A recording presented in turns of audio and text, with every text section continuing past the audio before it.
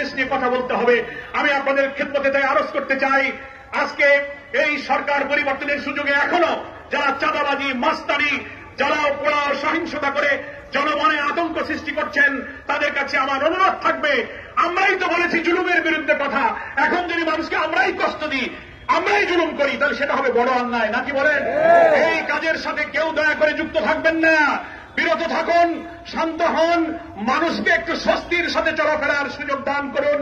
এবং অমুসলিম হিন্দু সম্প্রদায়ের ভাইদের কাছে আমরা বলেছি, আমাদের সম্মানিত আমির, বাংলাদেশ হিন্দু বৌদ্ধ খ্রিস্টান ঐক্য পরিষদ, হিন্দু মহাজোট, ঢাকেশ্বরী পূজা মন্দির সহ সকল ধর্মের নেতাদের সাথে মন্দিরে, রাজধানীতে আমরা মিলিত হয়েছি, কথা বলেছি, সাম্প্রদায়িক সম্প্রীতির একটি নতুন বাংলাদেশ আমরা পেয়েছি।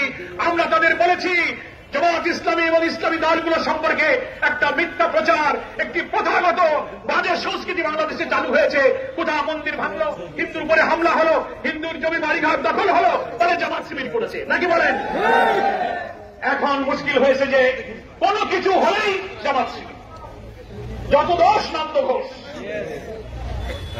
বর্তমান সরকারের চিফ অ্যাডভাইজার ডক্টর ইউনূস সাহেবকে আমরা বলেছিলাম, ওনারা বলেছেন না,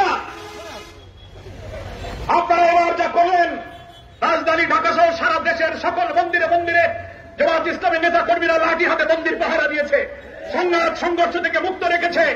ডক্টর ইউনূস সাহেব বললেন, ভারতীয় পত্র পত্রিকা, বিবিসি সব জায়গায় এডিটোরিয়াল পোস্ট এডিটোরিয়াল প্রশংসা করেছে যে সেই দেশের মানুষ জামাত ইসলামীকে বলে তারা সাম্প্রদায়িক, অথচ যাদেরকে তোমরা সাম্প্রদায়িক বলো তারাই তো লাঠি হাতে করে মন্দির পাহারা দিচ্ছে।